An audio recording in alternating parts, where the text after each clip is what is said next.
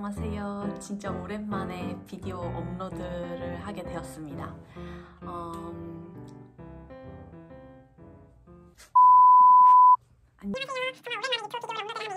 그동안 바빴다기보단 귀찮았고 잔잔바리 스트레스 관리하느라 신경을 쓰지 못했어요. 그래서 영상 편집하려고 동영상을 많이 찍어놨는데 편집을 거의 하지 못해서 그냥 쇼츠로 많이 퉁쳤습니다. 다음 달이면 벌써 몬트리올을 1년째라 이때쯤엔 한번 비디오 업로드 해야겠다 싶어서 몬트리올 생활하면서 느낀 점, 밴쿠버 몬트리올 생활 비교와 장단점에 대해서 이야기해 보려고 합니다. 완전 제 주관적인 생각이고요. 혹시나 두 도시에 대해 관심 있어 하시는 분들이 있을까 해서 영상을 만들게 되었습니다. 최소한 1년은 살아보고 도시 비교에 대해 말해야 할 것 같아서 지금 올리게 되었습니다. 먼저 몬트리올 약 1년 생활하면서 느낀 점에 대해서 이야기해 볼게요. 분위기.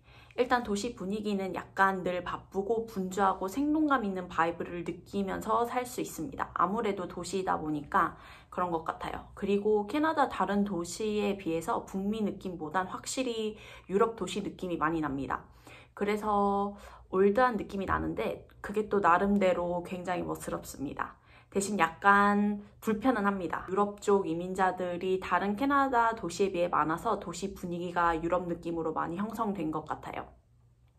두 번째, 날씨.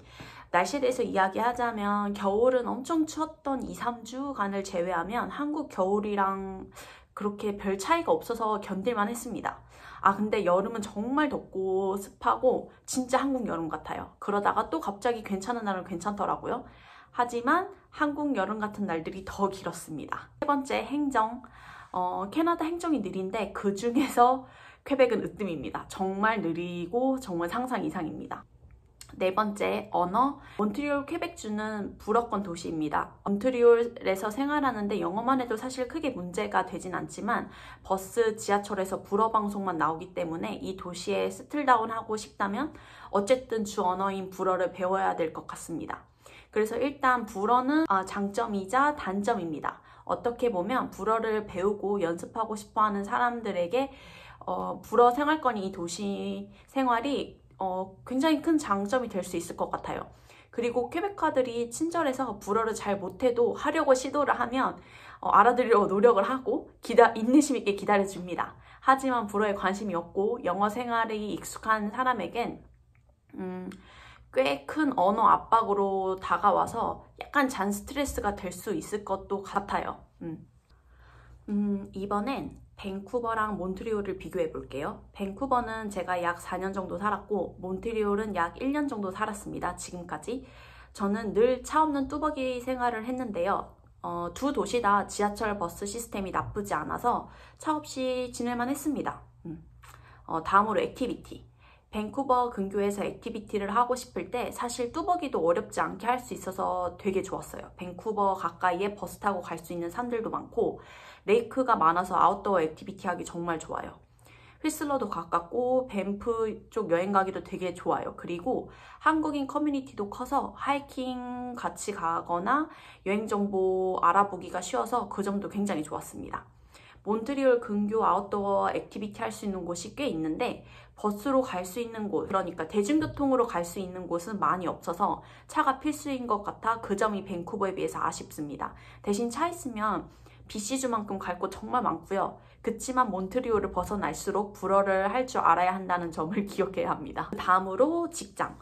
일단 본업이 확실한 업종이면 양쪽 다 일 구하는 건 본인 역량과 회사에 달린 것 같습니다. 몬트리올도 예를 들어 IT 쪽이나 저처럼 기술직은 영어로 면접 볼 수 있는 기회가 있었고요. 그렇지만 여기서 또 다른 최대 단점이 나옵니다. 본업에 문제가 생겼을 시 불어를 못하면 카페, 마트, 편의점 어디에서도 일을 할 수가 없습니다. 만약에 레이오프가 생겨서 놀게 되면 그때 단기 알바 같은 것을 다른 주에서는 좀 쉽게 할 수 있는데 여기선 그런 단기 알바들은 거의 불어가 필수라 이런 상황은 좀 약간 곤란해지는 것 같습니다. 다음으로 렌트 및 생활. 렌트 및 주택 구입에 대해서 비교를 하자면 몬트리올이 월등하게 저렴합니다. 밴쿠버가 너무 비싼 탓도 있는 것 같고요. 근데 주택법이 주마다 달라서 세금은 어떻게 부과되는지 다른 세세한 사항에 대해서는 잘 모릅니다. 렌트에 대해서 얘기하자면 몬트리올이 렌트비는 훨씬 저렴한데 집 구하기가 정말 어렵고 까다롭습니다. 정말.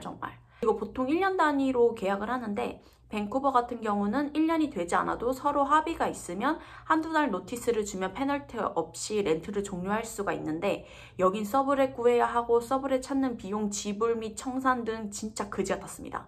제가 진짜 이 같은 집주인을 만나서 그랬을 수도 있고요.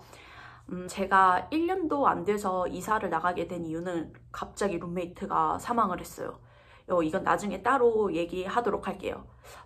어쨌든 렌트비는 몬트리올이 월등하게 저렴한데 나머지는 사실 큰 차이를 모르겠어요.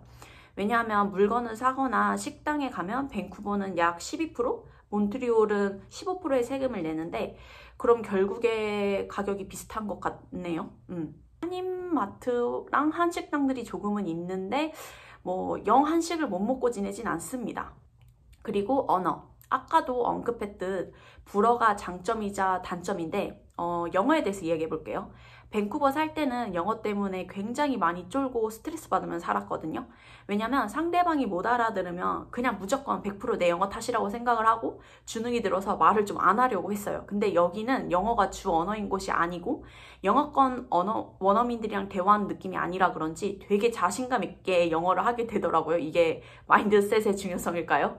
바이링구어인 퀘베카보다 불어가 주 언어이고 영어를 잘하는 느낌의 퀘베카들이 더 많아서 오히려 영어 스피킹 연습하기에는 이곳이 그렇게 나쁘지 않은 것 같습니다. 영어권 원어민들처럼 엄청 후다닥 얘기하지도 않고 그래서 좀 알아듣기가 쉬워요, 생각보다. 그래도 영어는 여전히 어렵고 정말 넘어야 하는 큰 산입니다, 여전히. 이제 마지막으로 날씨는 사실 비 많이 오는 시즌 제외하면 밴쿠버가 훨씬 좋습니다. 이건 부정할 수 없는 사실인 것 같네요. 양쪽 다 살아보니 그래서 어느 지역이 베스트고 어느 지역이 승리다라고 말하기 어려워요. 어딜 가든 주기적으로 만나는 좋은 친구들과 안정된 직장이 있다면 그곳이 최선이지 않을까요? 오늘은 몬트리올과 밴쿠버 생활 비교에 대해서 영상을 만들어 봤는데 거의 몬트리올 위주로 얘기를 많이 했네요. 사실 밴쿠버 생활 관련된 영상은 유튜브에 너무 많이 있기도 해서 몬트리올 위주의 약간의 비교를 더해서 영상을 만들어 봤습니다. 네, 그러면 다음 영상은 캐나다 여행에 관해서 만들어 볼까 하는데요. 사실 언제 업로드 될지 모르겠어요. BC주, 알버타주, 온타리오, 퀘벡주, 뉴브런즈윅 5개 주의 20곳 이상의 도시를 여행을 했는데 가장 좋았던 것과 추천하는 도시에 대해서 한번 만들어 볼까 합니다. 어쨌든 그럼 오늘도 영상 시청해 주셔서 감사합니다. 안녕.